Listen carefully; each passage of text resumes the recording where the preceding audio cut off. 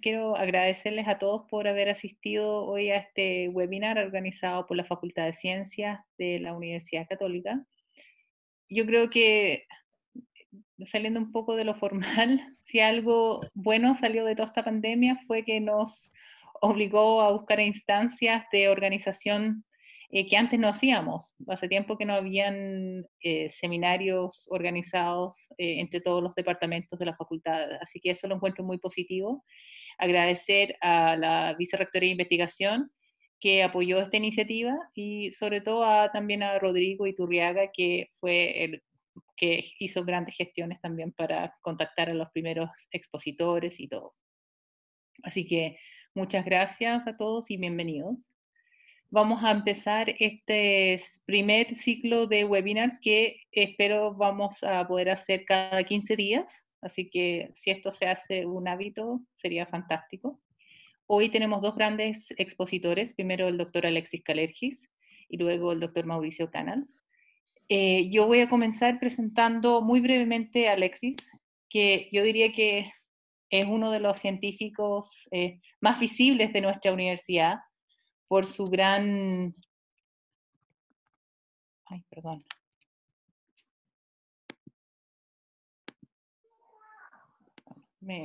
Por su gran... por su investigación y por su contribución a la ciencia nacional. El doctor Alexis Kalergis es bioquímico de la Universidad Católica. Luego hizo sus estudios de posgrado, magíster, doctorado en la Universidad de Albert Einstein en Estados Unidos. Y es actualmente profesor titular del Departamento de Genética Molecular y Microbiología y también el director del Instituto Milenio de Inmunología e Inmunoterapia. Como dije, el profesor Kalergis yo diría que es uno de los profesores más visibles de la ciencia chilena actualmente.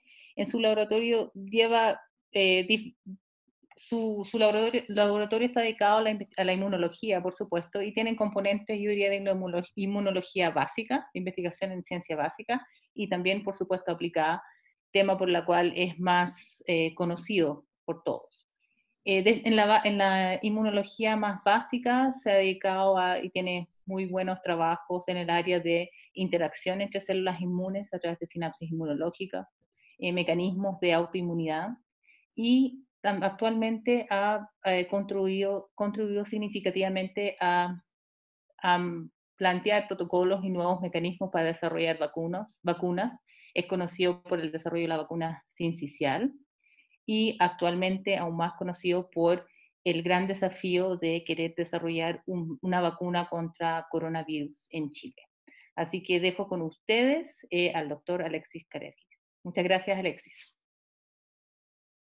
Muchas gracias, doctora Youssef, María Isabel, por la tan generosa introducción. Agradezco también a la dirección de la facultad por acoger esta idea que circulaba de poder organizar estos seminarios, al decano, a los directores de departamento, a los directores de la facultad, por juntarnos. Yo creo que es muy importante que tengamos estas actividades de discusión científica y yo, en el fondo, voy hoy día a compartir obviamente esta tribuna con un invitado también tremendamente potente de la Universidad de Chile, que le damos la bienvenida.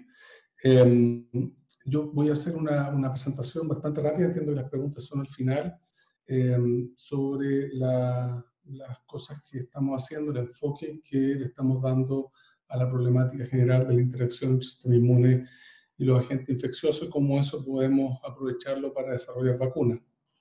Quisiera partir con esta diapositiva que está tomada de un libro que se llama El cuadrante de Pasteur. Este libro hace algunos años atrás me lo recomendó el profesor Castilla y fue una súper recomendación porque se lo recomiendo también. Es un libro que aborda aspectos de cómo la ciencia básica, ¿verdad?, puede eventualmente, por medio de un continuo traducirse eventualmente en una aplicación que impacte positivamente a la sociedad. Sabemos que en países como los nuestros, principalmente la inversión en ciencia viene del sector público y eso es aporte de todos y todas las chilenas y chilenos a través de sus impuestos. Por lo tanto, si bien la investigación básica es fundamental, es claramente un acervo cultural, posesión del país y el conocimiento en base a curiosidad es tremendamente importante y genera principalmente publicaciones. También tenemos que explorar la posibilidad de independizarnos de la tecnología extranjera y poder desarrollar en Chile, seguir este camino de transferencia finalmente hacia un resultado tecnológico derivado de la ciencia. Y por lo tanto, en este libro se habla de este cuadrante que sería investigación básica, pero inspirada en una misión, en un uso. Cuando uno trabaja en este ámbito, puede por una parte generar nuevo conocimiento basado en curiosidad que permite comprender mejor la naturaleza, pero también conducir esos resultados científicos a mejorar las tecnologías. Y aquí es donde estamos trabajando principalmente en mi laboratorio hace años. Y nos motivan enfermedades de distinto tipo. Hemos hecho estudios en infecciones, autoinmunidad, en cáncer. Hoy día voy a hablar principalmente de infecciones y primero que nada enfatizar la importancia que tienen las vacunas. Conocemos esta enfermedad que se llama viruela, causada por un virus, que cuando uno ve estas imágenes claramente pareciera una situación del pasado, y efectivamente del pasado habían epidemias y pandemias de viruela que gracias al liderazgo de algunas personas, muchas personas, voy a destacar solo a dos, a Lady Mary Wortley Montagu, que fue una participante de delegación diplomática británica en Turquía y otros países, y ella observó cómo personas en esos países tenían estrategias de inmunización y fue capaz de traer este concepto de la inmunidad inducida por, en ese minuto, esta aproximación que es bastante preliminar contra la viruela. Y casi 100 años después, Edward Jenner observa que las personas que ordeñan son inmunes a la viruela y asocia la viruela bovina con la viruela humana y propone por primera vez una estrategia de vacunación un poco basado en la observación hecha en las personas que ordeñaban vacas. Y eso condujo a que esta enfermedad terrible fuera erradicada gracias no solo a que existió una vacuna, sino que hubo un acceso, y eso es muy importante en los tiempos que estamos actualmente de pandemia, acceso a esta vacuna a nivel global. A finales de los 70 esta enfermedad erradicada, es la única enfermedad humana erradicada en la historia. Otras enfermedades están bastante controladas o en vía de erradicación gracias también a la vacuna, la polio, sarampión, rubiola y paperas, pero quisiera hacer el énfasis de que lamentablemente, y voy a referirme a eso, en el caso de sarampión, el mensaje, ¿verdad?, de no vacunar a niños y niñas impactados, y tenemos brotes de sarampión bien importantes en diferentes lugares. Pero antes de mostrarles esa discusión actual, quisiera agregar un par de conceptos en torno a las vacunas. Primero, a medida que aumenta la cobertura de vacunación acá en la línea azul, vemos que la tasa de enfermedad infecciosa cae y, por lo tanto, desde el punto de vista del beneficio público global, el impacto es indiscutible, pero como cualquier medicamento, las vacunas sin duda pueden tener efectos adversos. Eso es lo que voy a tocar a continuación.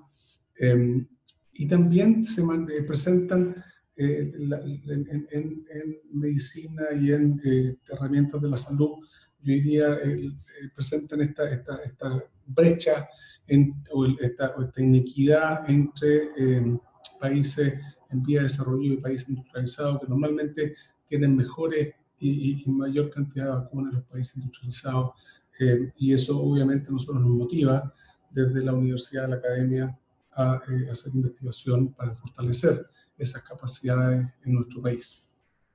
Y digo que es el medicamento donde se nota con mayor fuerza esto, a raíz de que todos y todas ocupamos vacunas, a diferencia de otros tratamientos, donde también hay diferencias en términos económicos, pero, por ejemplo, en el caso del cáncer, la enfermedad inflamatoria, autoinmune, la frecuencia de personas que tienen esa enfermedad menor que el número de usuarios totales para vacunas. Entonces, volviendo al punto del mensaje antivacuna, claramente ha encontrado oídos en algunas sociedades, países principalmente, algunos bastante industrializados, desarrollados como Estados Unidos, y eso ha conducido al rebrote de enfermedades que se consideran erradicadas. De hecho, Estados Unidos en el 2000 había erradicado el sarampión, pero a raíz justamente de que este mensaje encuentra hoy en la sociedad, se da este fenómeno de que rebrota el sarampión, no solamente en Estados Unidos, sino que en otros países europeos. Tenemos una situación en Latinoamérica donde está ocurriendo también, y no solamente lamentablemente aplica al sarampión, han habido algunos casos de tétano, en particular uno en Estados Unidos, absolutamente prevenible por vacunas, pero la familia de una persona no quiso vacunarlo contra tétano y desarrolló esta enfermedad que fue tremendamente dura para el niño que la sufrió, pudiendo haber sido prevenida con la vacuna, y también tremendamente costosa. Fue cerca de $1 millón el costo económico para diagnosticar, porque no se veía un caso de sarampión en casi 30 años, y obviamente no había, se perdió un poco el conocimiento del diagnóstico clínico. En Chile, afortunadamente, tenemos una autoridad sanitaria que trabaja muy bien en torno a promover el uso de las vacunas. Tenemos un programa nacional de inmunizaciones bastante sólido y la ciudadanía es bastante respetuosa de esto. Pero sin embargo hay que permanentemente informar, comunicar, y desde la universidad, principalmente por la labor de alumnos, llegamos a la conclusión de que este fenómeno del mensaje antivacunas, ¿verdad?, tiene oído en la sociedad principalmente por lo que se denomina percepción de riesgo, ¿verdad?, porque las vacunas comparten el potencial efecto adverso con otros medicamentos. También esta conspiración de las compañías farmacéuticas, los otros medicamentos también son producidos por farmacéuticas, etcétera. Pero sin embargo no hay movimiento antiantibiótico, movimiento antiinflamatorio, ¿verdad? No hay un movimiento antiaspirina, para una idea, pero sí hay antivacunas. Y creemos que eso tiene que ver por el hecho de esta percepción de riesgo, que pareciera que la enfermedad no está, como ocurrió en el caso de sarampión, y la pregunta es ¿para qué vacunar? Entonces voy a tener que salir un poco de la presentación porque tengo que volver a la presentación. Segundo, me olvidé hacer algo. Compartir pantalla, tengo que elegir con sonido. Perfecto. Ahora sí. Entonces, desarrollamos esta iniciativa que se llama Museo de la Inmunología y la Vacunación. Es un trabajo de bioarte hecho principalmente por estudiantes motivados a partir de mi curso de pregrado, y inauguramos esta iniciativa el año pasado. Yo se explica mucho mejor en este video. Les voy a mostrar, si alguien me puede decir si se escucha el audio.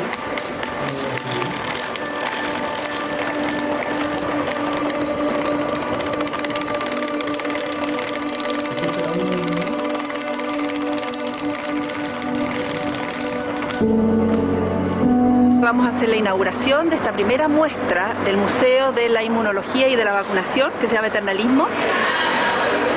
Principalmente son alumnos que fueron los creadores. ¿Qué fue lo que pasó? Pero se cayó el programa. Así que voy a volver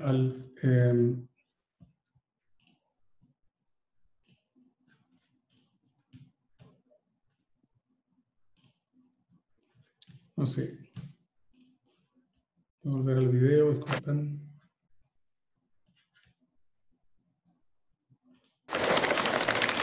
Enfermedades sería Odeparetidis.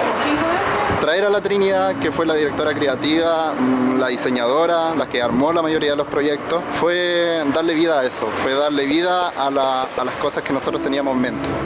Claro, lo que nos falta ahora es traer... Sentí que era algo muy nuevo, muy innovador, mezclar dos áreas, que es el diseño, el arte por un lado, y la ciencia y la inmunología por el otro. Al principio fue súper difícil porque ellos manejan ya un cierto lenguaje científico que ni yo ni el resto de las personas que no estamos involucrados en el área de la ciencia lo sabe. Nos bajó del mundo científico y nos dijo, así la gente lo va a poder entender. Entonces fue como ese papel que nos faltaba.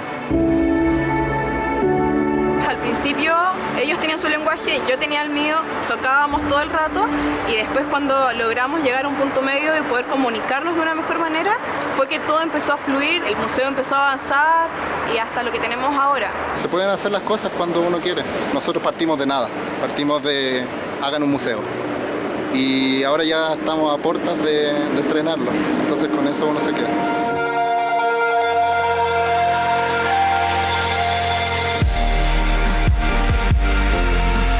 Bueno, muchas gracias a todos los presentes.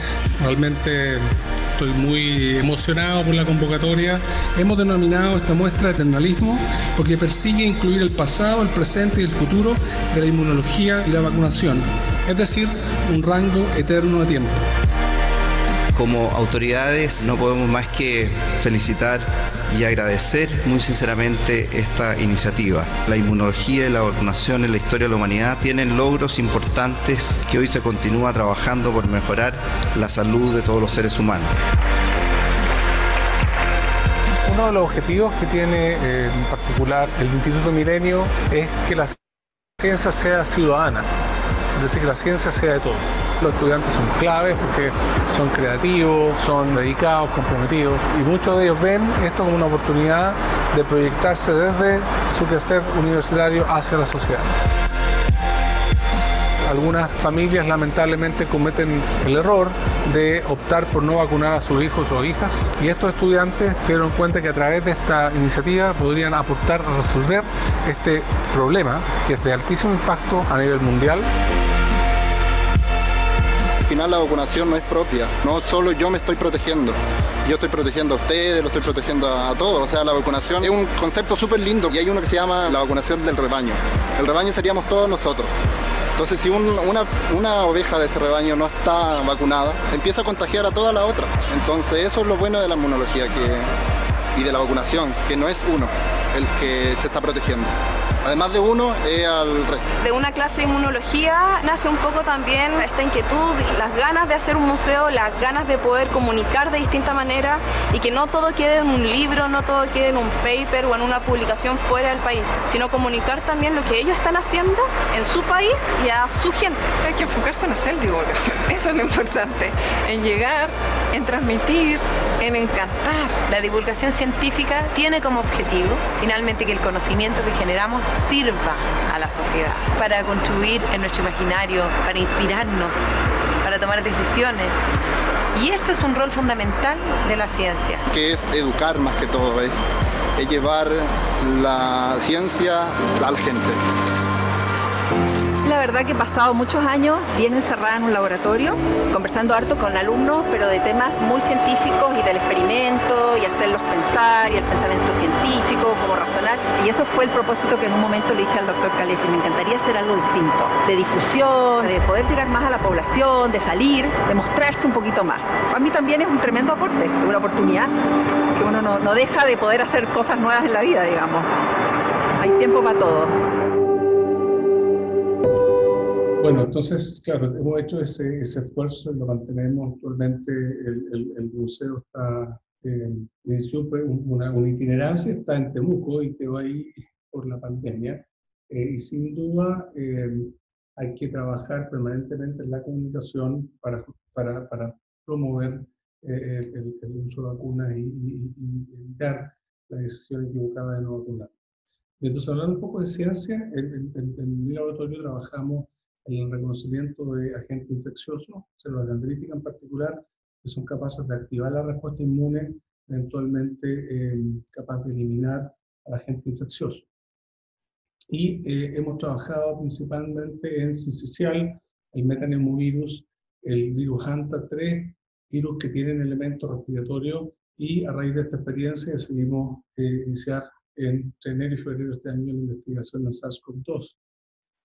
Con un enfoque de inmunidad más bien básica, entender cómo esta respuesta inmune, que es mediada por células dendríticas y linfocitos T, puede ser bloqueada por estos agentes infecciosos. Entonces, voy a mostrar un ejemplo sincicial, algunos pocos resultados de cómo estos resultados científicos nos permiten, básicos, ¿verdad?, que son el ejercicio de entender cómo el virus causa enfermedad, nos han podido servir para desarrollar una vacuna, y luego hablar del SARS-CoV-2. El problema que causa el sincicial, lo mismo, y esto es común para los 4 virus que mencioné, son respuestas inflamatorias excesivas que conducen principalmente a la obstrucción de las vías respiratorias. Entonces, en cierta manera, el sistema inmune del hospedero o del individuo infectado es muy responsable de la enfermedad.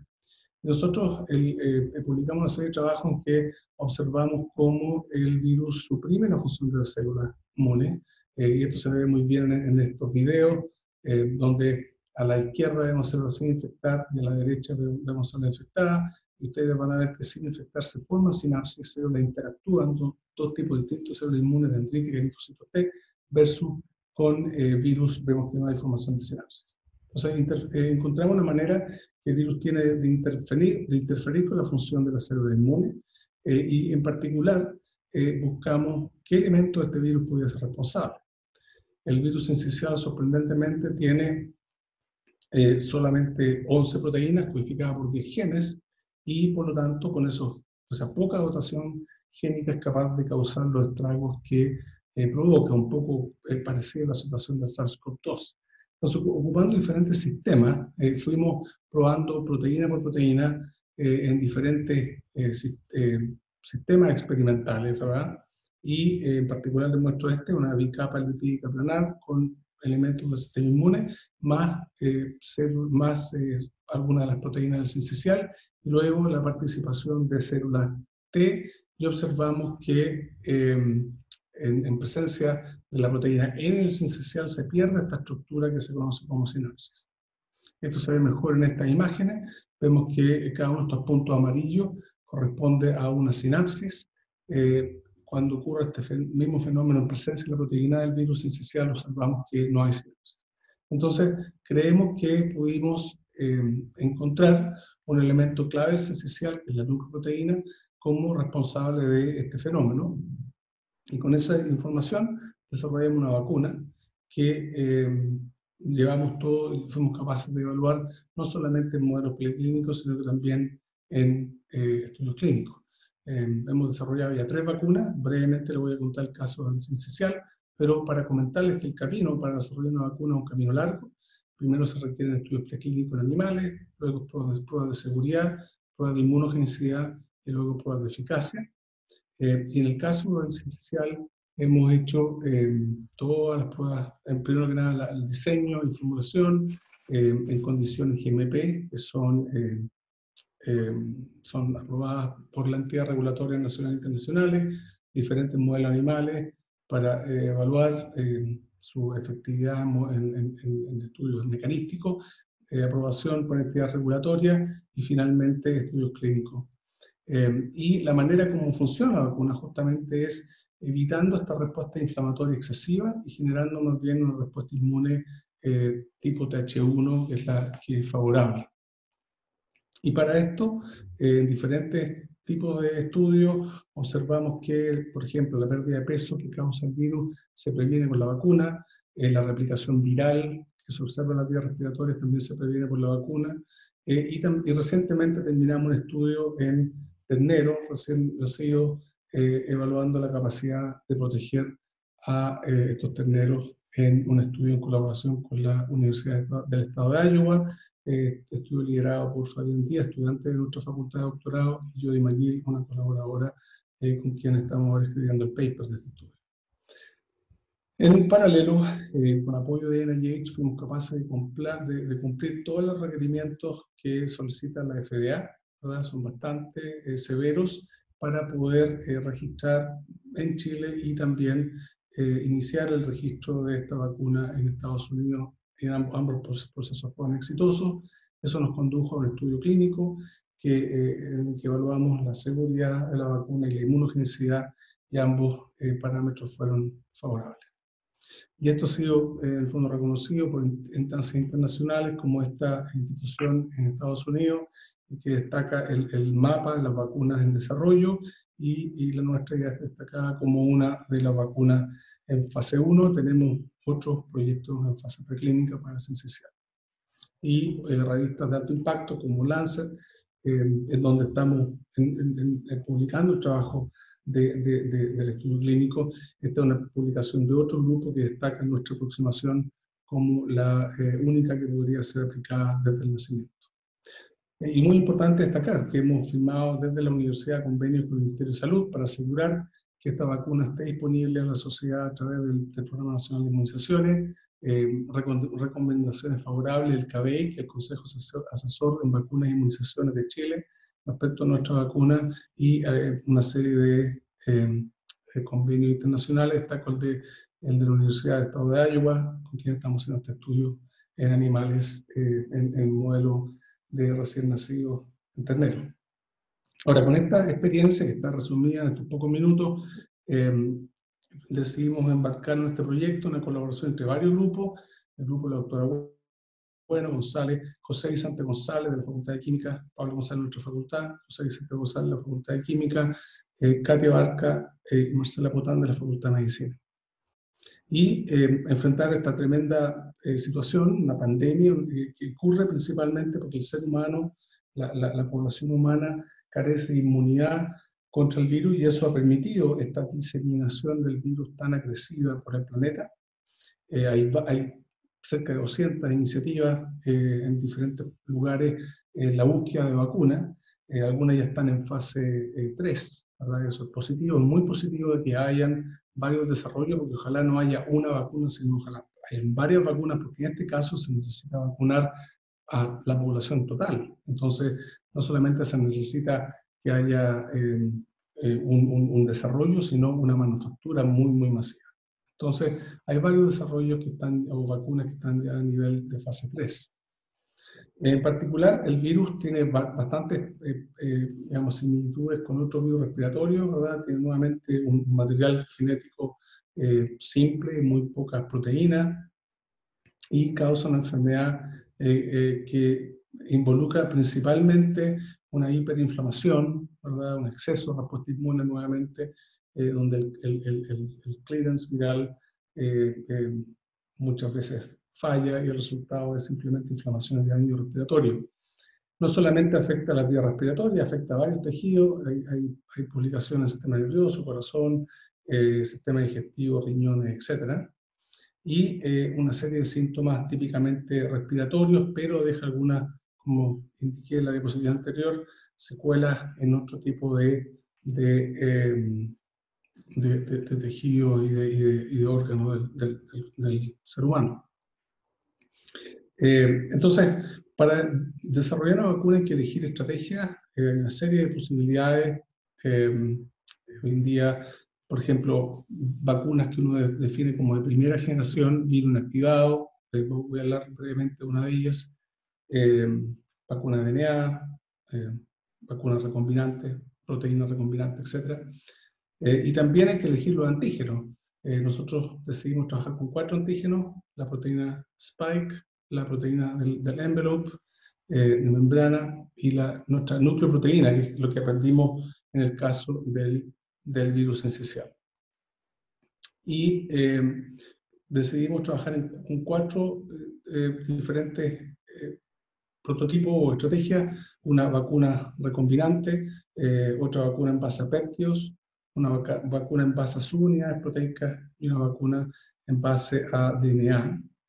Y decidimos ocupar, por ejemplo, también un fenómeno que les voy a mostrar a continuación, que publicamos, el efecto favorable que tiene la vacuna a la tuberculosis contra el virus respiratorio, dado que es una vacuna segura, que ha sido ocupada por casi un siglo en la historia del ser humano, puede expresar antígenos genéticos distintos de otros virus, y también induce el tipo de respuesta inmune en humanos que se necesita contra SARS-CoV-2. Este es el uso de la vacuna BCG en el planeta. Prácticamente todos los países la utilizan, salvo 4 países que son Estados Unidos, Italia y algunos países opcional. Eso nos condujo a un hallazgo interesante que publicamos hace un mes y medio más o menos en Frontiers in Immunology, en que observamos que aquellos países que no tienen programa de vacunación para tuberculosis tienen tasas, número de contagios o de casos, ¿verdad?, por millón de habitantes bastante mayor que aquellos países que sí tienen estos programas. Y también ocurre, si uno cuantifica el número de digamos, las fatalidades en mayores de aquellos países sin programa de tuberculosis. Esto evaluando las primeras semanas del brote, porque obviamente después aplican medidas de confinamiento, ¿verdad?, y los sistemas de salud pública son distintos en cada país. Entonces, creemos que esto funciona de la siguiente manera, por medio de la inducción de un fenómeno que se llama inmunidad entrenada, donde las células inmunes, en base a la exposición a la BCG, se reprograman de manera que hay una reprogramación genética de estas células que tras la exposición a un virus en particular, tiene una respuesta favorable, exacerbada y que protege al sujeto. Y esperamos, en el fondo, que con el uso de una vacuna podamos promover este tipo de inmunidad favorable que hemos visto, por ejemplo, en el caso de sincicial versus esta tormenta de citoquina o esta respuesta inflamatoria exacerbada que se observa sin vacuna. Entonces hemos trabajado en 4 estrategias, hemos avanzado en cada una de ellas con diferentes niveles de progreso. La que va más avanzada es la que corresponde a los péptidos sintéticos. Ya tenemos estudios preclínicos avanzados, 3 o 4 experimentos en modelo animal, pero desde el punto de vista de la formulación, de las construcciones requeridas para cada una de estas vacunas, ya las tenemos todas completas. Hemos trabajado también en la definición de los antígenos, ¿verdad? Aquí mostramos un modelamiento de la proteína Spike. Estamos mirándola a la izquierda desde arriba, esta es la mirada lateral, y vemos que las regiones que elegimos como blancos antigénicos en estas vacunas son regiones de la proteína que pueden ser neutralizadas por anticuerpos y prevenir su función. Tenemos también avances importantes en los prototipos en base a vacunas de DNA, y también en base a subunidades proteicas. Cada uno de estos está iniciando en distintos tiempos los estudios preclínicos y eventualmente avanzar hacia estudios clínicos, que esperamos por lo menos, al menos con un prototipo, iniciar a comienzos del próximo año. Esa es nuestra expectativa, pero en realidad hay que ver cómo avanza la ciencia del laboratorio.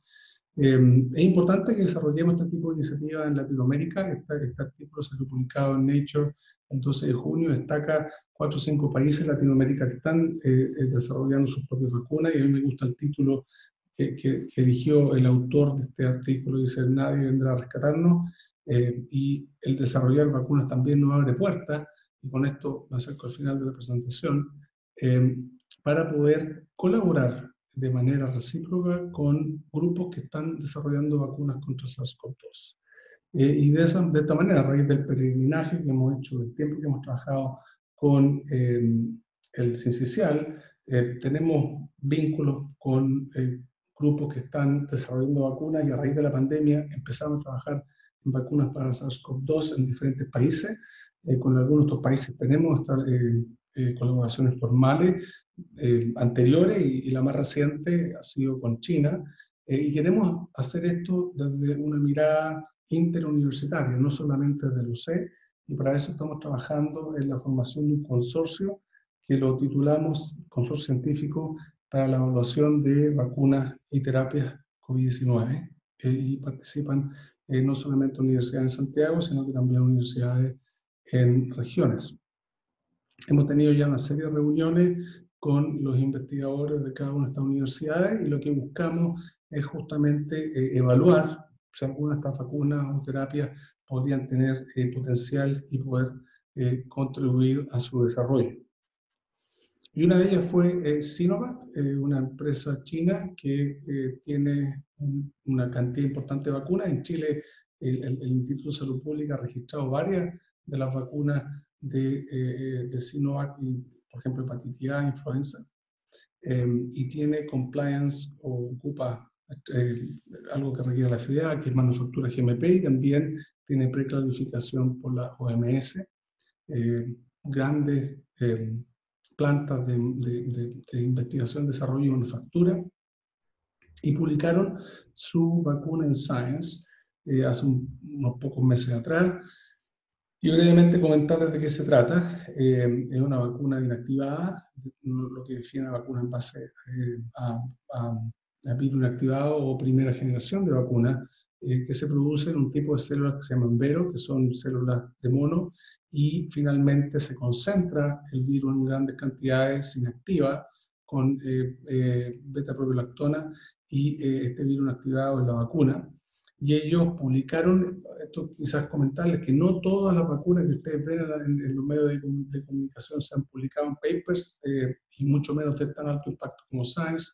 Ellos publicaron sus estudios preclínicos, están hoy día publicando sus estudios clínicos, pero básicamente los estudios preclínicos muestran que el tipo de anticuerpos que se genera en el sujeto infectado con el SARS-CoV-2, que están acá al centro en el panel B, son el mismo tipo en el fondo esos anticuerpos reconocen el mismo tipo de antígeno que induce esta vacuna con el virus inactivado.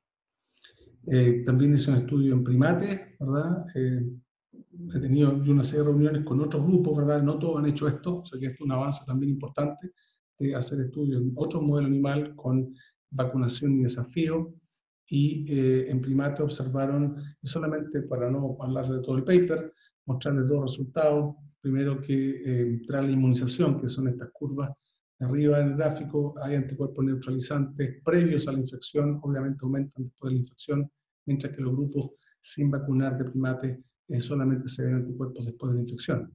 Y segundo, si miramos la presencia de virus en vía respiratoria y vía digestiva, la vacuna, que en azul y rosado, disminuye significativamente la carga viral, y eso también ocurre en los pulmones de estos animales. Ellos registraron su estudio clínico fase 1-2 en clinicaltrials.gov, así como nosotros registramos, por ejemplo, el de sincicial, y sabemos desde nuestro laboratorio lo difícil que es hacer esto, y es muy riguroso, entonces eso también nos da cierta seguridad de que este trabajo ha sido hecho de manera seria. Y hace unos 2 semanas atrás, 3 semanas atrás, firmamos entre el UC y Sinovac este acuerdo de colaboración, insisto, que es un acuerdo recíproco para potenciar vacunas desarrolladas en Chile, así como vacunas desarrolladas por ellos. Así que con eso termino, agradecerle a mi laboratorio. Este ha sido un trabajo claramente en equipo, destacar el esfuerzo que han hecho algunas personas en este periodo de cuarentena con la facultad funcionando a un nivel bastante menor del habitual, el compromiso de nuestros estudiantes de pregrado, doctorado y postdoctorado con la ciencia, y cómo la ciencia y el conocimiento pueden contribuir al bienestar social. Y esta es una foto un poco más desordenada, ¿verdad? Fue la última celebración que tuvimos, que fue en enero, ¿verdad? Y estamos tomando helado ahí como grupo. Y bueno, después de eso vino lo que todos sabemos, y esperamos volver prontamente a tomar helado en este lugar, que se lo recomiendo, muy bueno. Yo lo conocí con mis estudiantes. Es un lugar que está cerca del Museo Bellas Artes. Así que muchas gracias por la atención, disculpe la interrupción, pero se me cayó el Zoom. Ya estoy disponible por si hay preguntas de la audiencia. Gracias. Muchas gracias, Alexis. Mónica, ¿quieres tomar tú la palabra para canalizar algunas preguntas? Sí. Ya. Gracias Isa. Alexis, muchas gracias por la excelente charla. En el chat hay varias preguntas, y partiendo con la primera que se hizo, ¿qué piensas tú respecto a la autocrítica de parte de los científicos en relación al impacto que ha tenido la ideología antivacuna en el mundo? ¿Y cuál es yo creo que la responsabilidad que tenemos ahí? Esa es una de las preguntas que ha aparecido en el chat. Y la otra se refiere a ¿cómo eliges los antígenos candidatos para las vacunas prototipos? ¿Cuáles fueron las bases científicas de esa elección? Partiendo con esas dos preguntas. Bueno, respecto a la primera, me parece que total autocrítica, sin duda, por una parte, el éxito que han tenido las vacunas en controlar e incluso erradicar enfermedades, yo creo que hizo que no solamente la ciudadanía, sino que también los científicos somos parte de la ciudadanía, en general hubiese una especie como de efecto de satisfacción y de logro, y enfermedades que se plantearon controladas o incluso erradicadas estén de vuelta. Entonces yo siento que los científicos no hemos sido necesariamente todos los eficaces en comunicar, en transmitir de manera clara la importancia que tienen las vacunas y enfrentar y ser realistas, en el fondo ser bien honestos, porque a la larga, como cualquier medicamento, una vacuna puede tener efectos adversos, pero el efecto adverso versus el beneficio grupal, sin duda mucho más, se inclina mucho más la balanza hacia el beneficio grupal.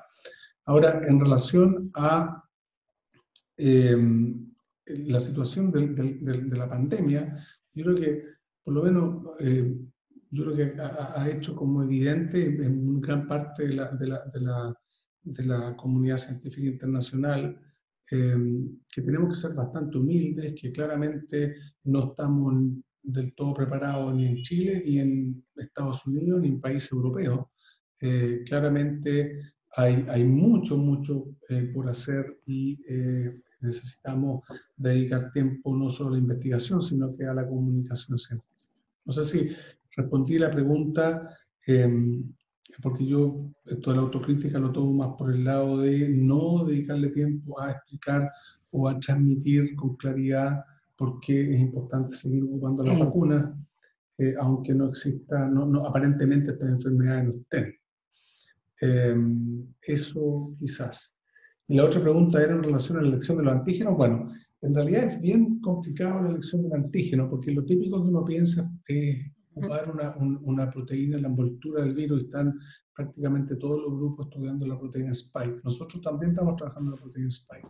Pero la experiencia que tuvimos con Ciencial fue bastante sorpresiva, en el sentido que, por eso quise partir el seminario mostrando esos datos, con la nucleoproteína, que es una proteína que está normalmente asociada a la RNA viral, pero en ese paper del 2014 que publicó, de hecho, un estudiante de doctorado de la facultad, ex-estudiante de doctorado Pablo Césped en PNAS, mostramos que la nucleoproteína también está en la membrana de las células infectadas.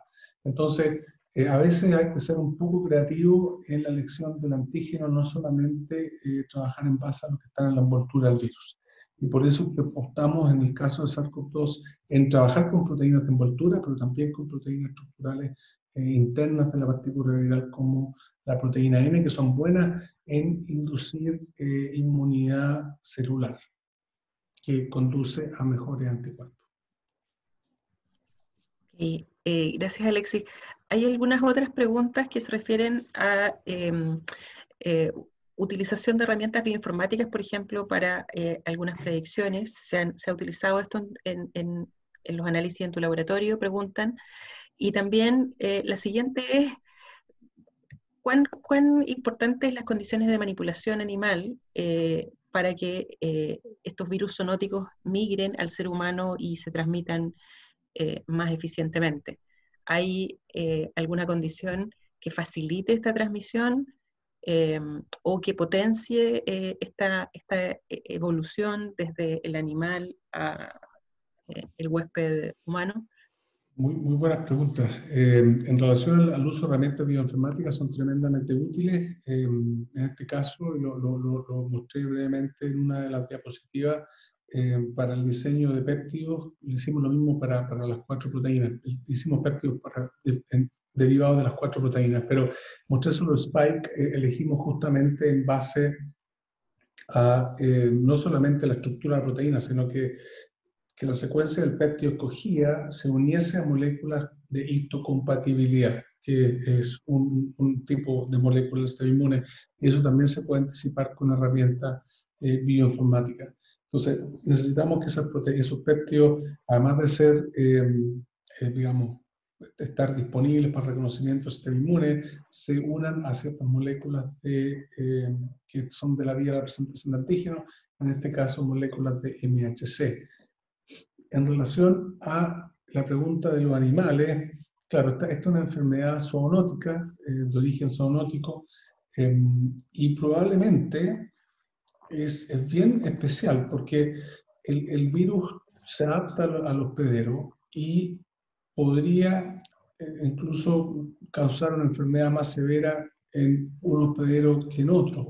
Eso lo vemos en otras zoonosis. Y más que la manipulación de los animales, en términos es más bien el contacto con los animales el que promueve el contagio y una eventual adaptación, como ocurrió en este caso, del SARS-CoV-2 al humano. Justamente es un fenómeno un poquito darwiniano de selección que ocurre donde la selección impone principalmente el sistema inmune del hospedero en diferentes hospederos para estas partículas virales y aquellos que tienen ventajas adaptativas que les permiten, por ejemplo, ahí la respuesta inmune, que lo que estamos viendo ocurre con SARS-CoV-2, hace que el hospedero sea susceptible a la infección, eventualmente permite la diseminación del virus hacia otro sujeto.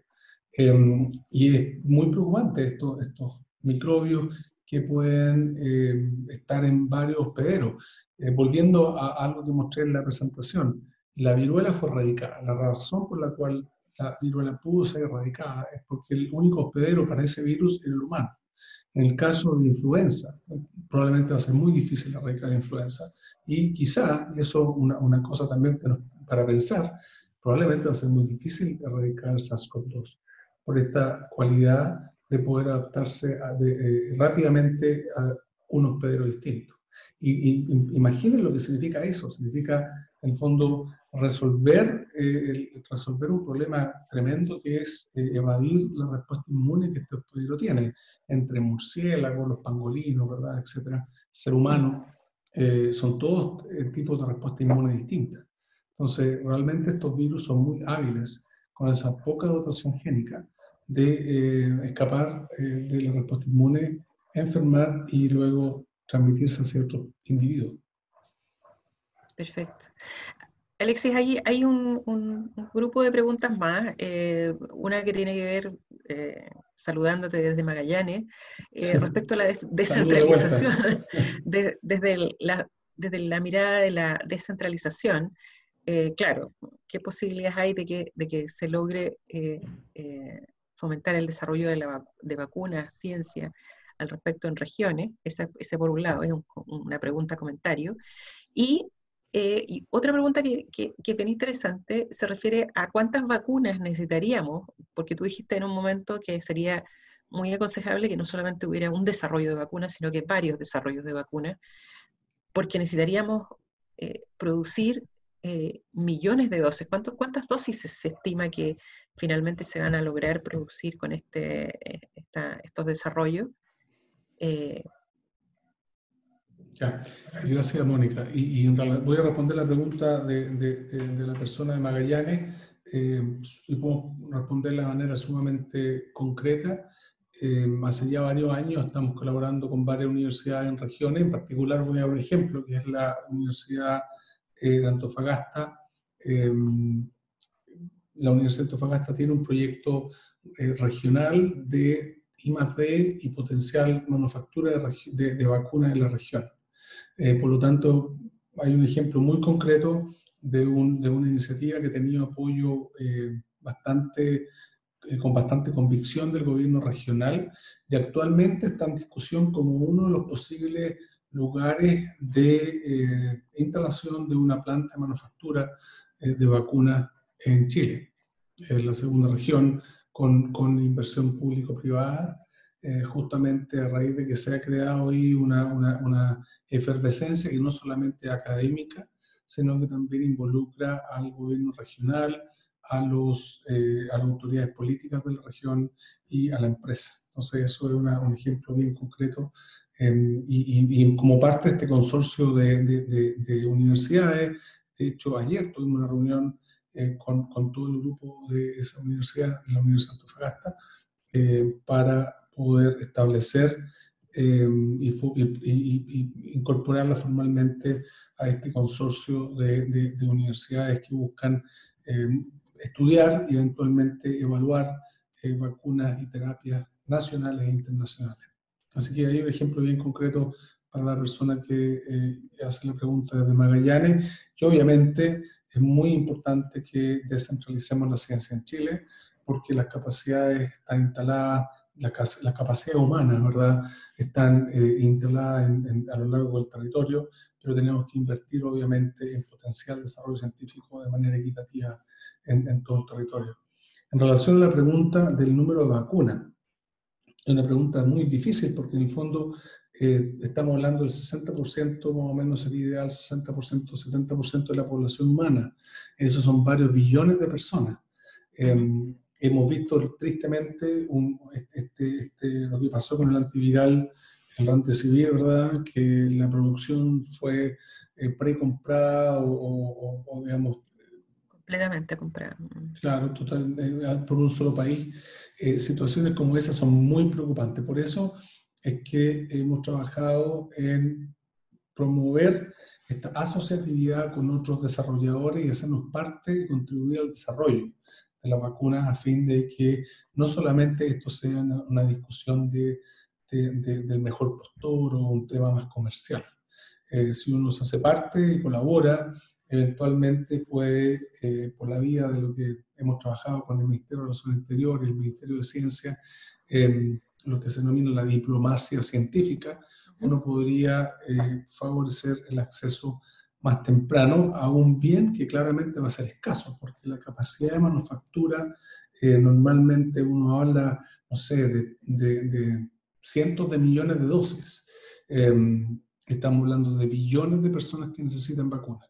Entonces, por eso es bueno que hayan ojalá varias vacunas, porque cada vacuna va a tener una estrategia de manufactura distinta, entonces uno puede diversificar la manufactura en diferentes tipos de plantas y de esa manera aumentar la disponibilidad de la vacuna.